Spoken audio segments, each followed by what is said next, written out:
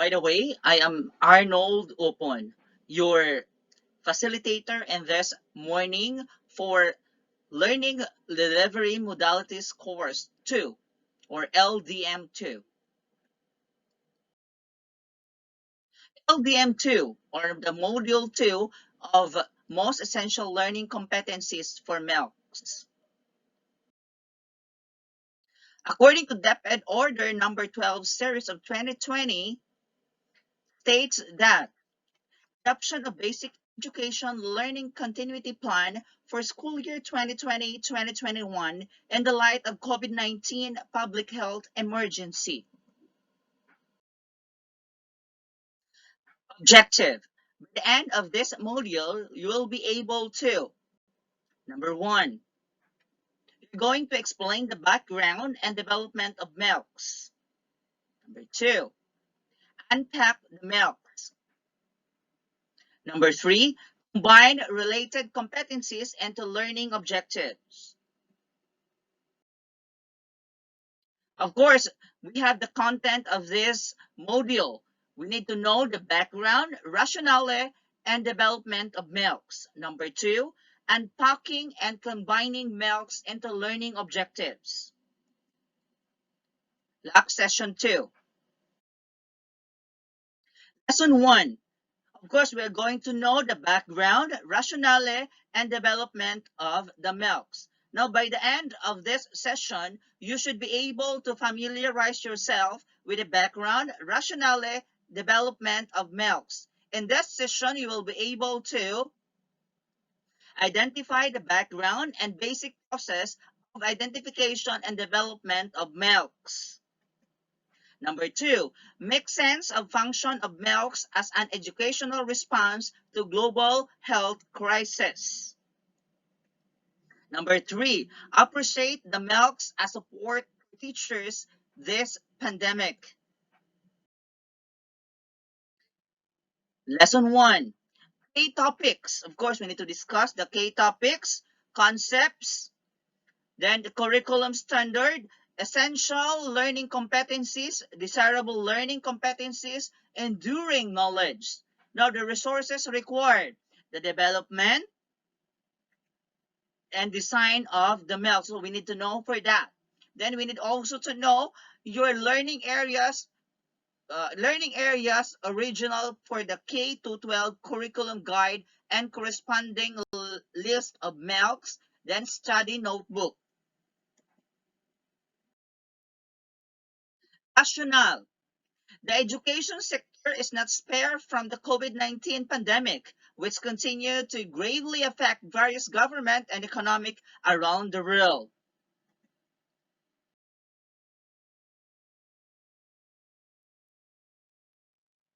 And also, the UNESCO repeat its stand in spite of this impact education system due to pandemic. Education cannot wait. If learning stops, we will lose human capital. So, education must continue no matter what it takes. Background and identification of MELCs. The Department of Education through the Bureau of Curriculum Development or Curriculum Standard Department Division in collaboration with the Assessment Curriculum and Technology Research Center or ARC-RC started working on the identification of essential learning competencies the middle of 2019 as part of the review of the curriculum. Inuubo. Bureau specialist, academic expert, and field implementers workers together to search consensus regarding the criteria to be used, the mechanism adapting and determining the sense of competency. The result of the review from the workshop series provided an overview of the articulation of learning competencies in each learning area. Especially, the review covered the following. Of course, number one, we need mapping the essential and desirable learning competencies within the curriculum. Number two, identification of the prerequisite knowledge and skills needed to prepare students for essential learning competency. And we need to analyze the interconnectedness of the prepared knowledge of skills among the learning competencies for the subject areas. Essential learning competencies were defined as the student's need, considered indispensable in teaching. Learning process will build skills to equip learners for subsequent grade levels and consequently for the lifelong learning. On the other hand, desirable learning competencies were defined as what the enhance of education but may not necessary and building the foundation of or the foundation skills of our learner. Now, in this case, essential learning competencies as defined, we need to embrace the, what do you call of this? The skills, and we need to eject more, and we need to know also the learning or the capacity of the students where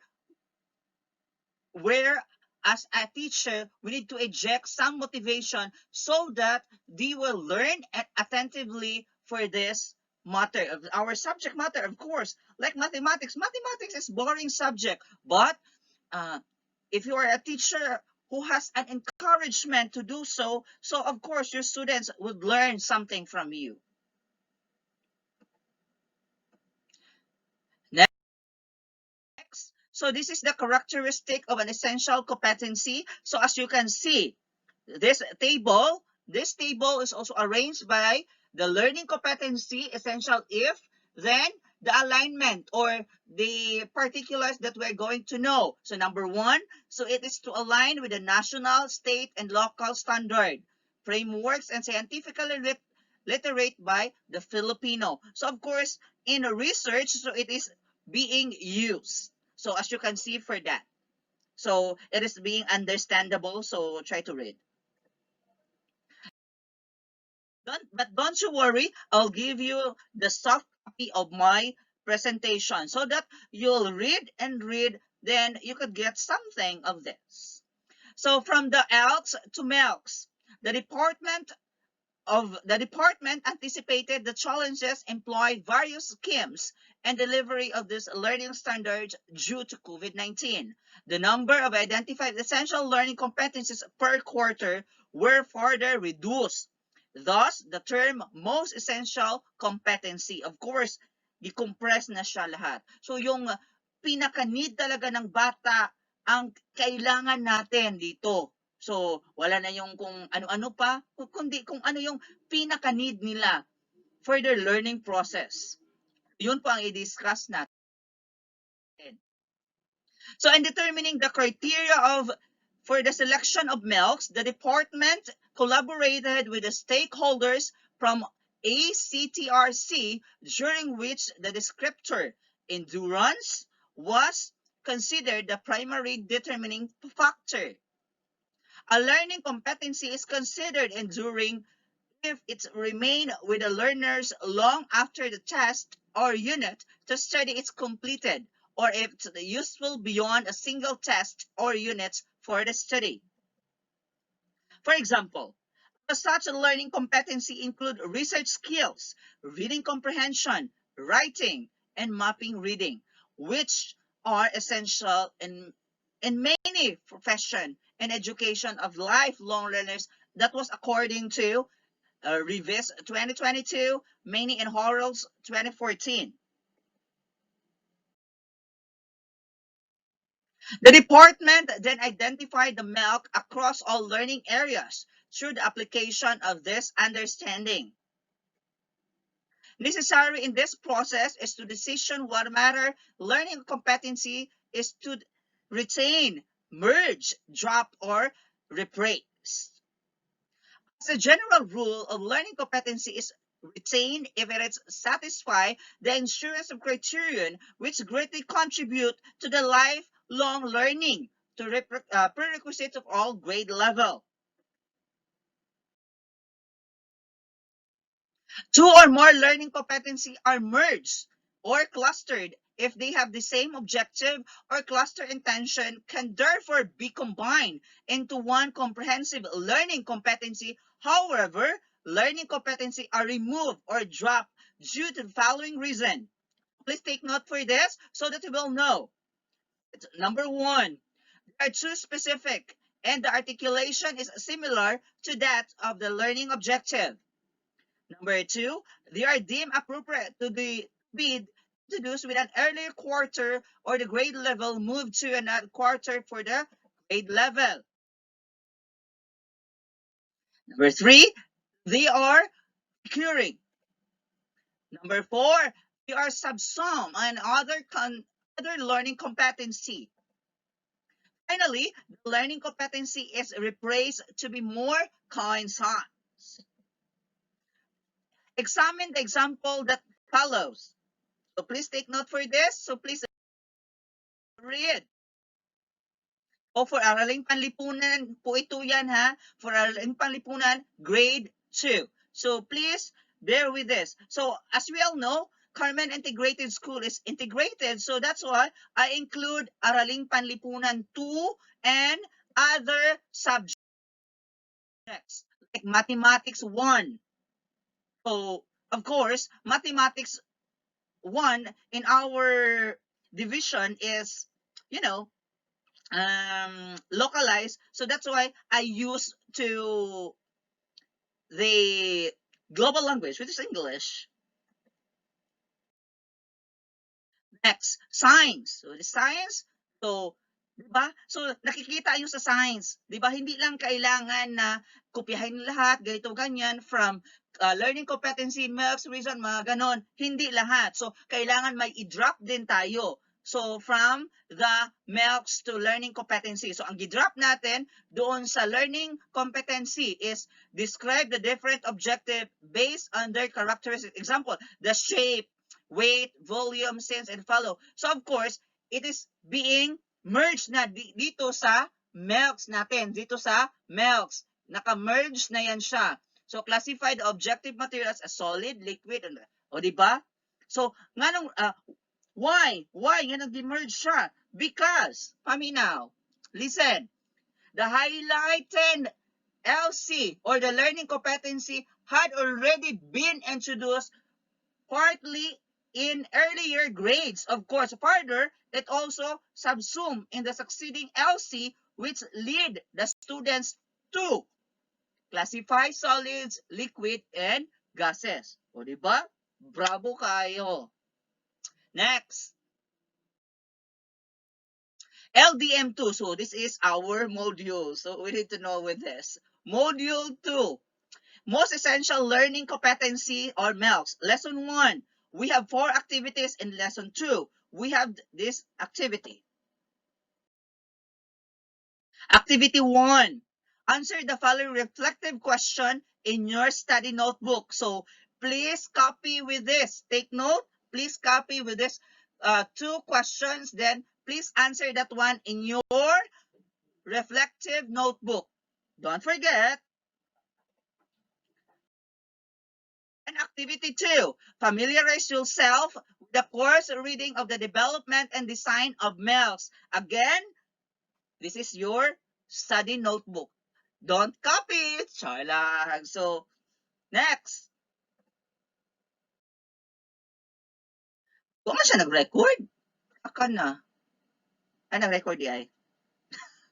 Then, activity 3, prepare a copy of learning areas for original K-12 curriculum guide and corresponding the list of MELCs. So, may example tayo dito, merge, cluster, retain, mga ganon. So, again, saan yan siya ilagay? So, nakalagay na dito sa presentation ko kung ano ang gagawin. So, may mga, ano man tayo, may mga example para hindi tayo malito. Of course, alam nyo na, PBB. Next. Activity 4. In your last session, so again, study notebook. So we need to discuss and share your answer to activity 1 to 3 in this lesson. Discuss any questions about MELS that we need clarification as well. Share your thoughts and with your co-teacher articulate insights. So this time, this activity 4, so di ba may grupo tayo, right? Di ba may grupo-grupo tayo? So sa ating grupo, so doon natin i-share yung mga ideas natin. So for example, group 1, group 2, and group 3, so may kanya-kanya man tayong mga leader, members, so mag-share tayo ng thoughts and ideas natin for that. Okay? So that we have our harmonious relationship. And you know na. Next. So module to unpacking and combining milks. So lesson 2, unpacking and combining milks into learning objective. In this session also, you'll familiarize yourself with unpacking, combining milks into learning objective by number 1, understanding the vital consideration in unpacking and combining milk. Number 2, unpack and combine sample milks. Number 3, affirm that unpacking and combining milks for the particular curriculum flexibility to field implementers. Of course, in our curriculum, we have our flexibility of the curriculum, right? So, not just one. Diba? Hindi lang face-to-face atin, diba? So, we have our, marami tayong mga kailangan dapat nating For example natin, yung flexibility of the curriculum. So, not necessarily na, for example, ito lang yung topic natin. So, hindi ba natin siya pwede na i-flex? Pwede natin yan flex, yan na siya. Okay? Para yung hindi hindi mahirapan yung bata. So, we need to localize. Of course! Amplang. Next, lesson 2, unpacking and combining MELS into learning objectives. Now, again, this is our key topics for this. So, unpack the curriculum standard, essential learning competency, content standard, performance standard. So, the resources that we're going to require, again, in this concept is unpacking and combining the MELS.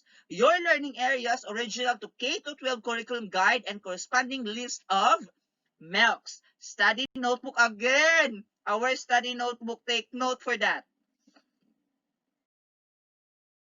Then, what is unpacking? So we need to define first what is unpacking before we proceed to, combining and whatsoever. Alam niyo na.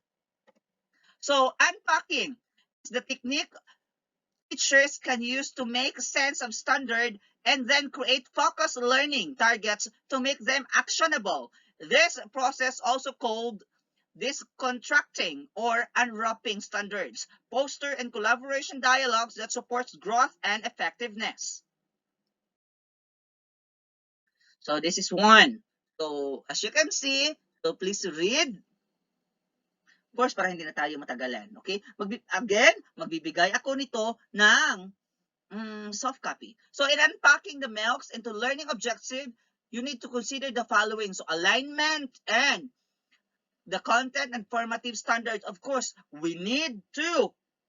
Kailangan talaga natin yan. I-align. Hindi pwede na, di ba, nakita natin sa module natin, di ba, may iba doon na hindi align sa MELS. So as a teacher, we need to. It is our rule. Di ba? So the MELS are not a departure from the standard-based design. Number 3, prerequisite knowledge and skills. So kung ano lang yung kailangan natin, hindi pwede na, for example, ngayon, ang lesson pa natin ngayon is fundamentals of mathematics. So fundamentals of mathematics, it's not necessarily that we're going to eject with them with the higher mathematics like calculus, differential calculus, inferential calculus because it's higher. So again, prerequisite skills. Logical sequence of learning objectives. Since the intention of unpacking of MELS is to provide a systematic learning experiences for learners. So of course, kailangan pa rin natin silang i-guide pa rin natin yung learners despite of this pandemic. So dapat na may system tayo, may system. Next. Why do we need to unpack? So, bakit kailangan natin na i-unpack pa natin yung MELCs? Of course, serve as our guide and lesson planning. Number 2, make the learning targets easier to achieve for the students. Then steps. The steps, unpacking. So, ito yung mga steps na dapat nating sundin in unpacking the learning competency. Again, listen. Get your learning competency from MELCs. Example of competency. Analyze the lecture as a means of valuing to the steps and unpacking the learning competency. Identify the targets of skills and prerequisite skills. Identify the content and prerequisite skills. Analyze the lecture's means of valuing the people. Next, so this is the procedure. So yung pinakadulo, so ito yung create. Diba? Ito yung create, evaluate. Yan. Yan po sila. Nandyan yan siya sa Bloom's taxonomy. Yan po ang gagamitin natin in creating our lesson planning. Learning objective. Remember. Ang remembering, so man siya ang mga dapat natong kuanon, himuon. Define, list, down. Yan. Understand. Understanding. Classify, describe. Ulit. May mga example din tayo. Classify the kinds of literature. Di ba? Joke lang. Just kidding. Of course, you know me. Lang. So, again, yan po siya. So, I know na, alam nyo na yan, di ba? Mga tagdili, mga PBB. Yan. Analyzing. Yan. So, may mga example na yan. Then,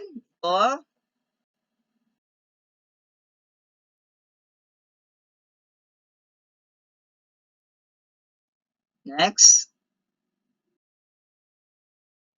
Fairness, ha? Нет.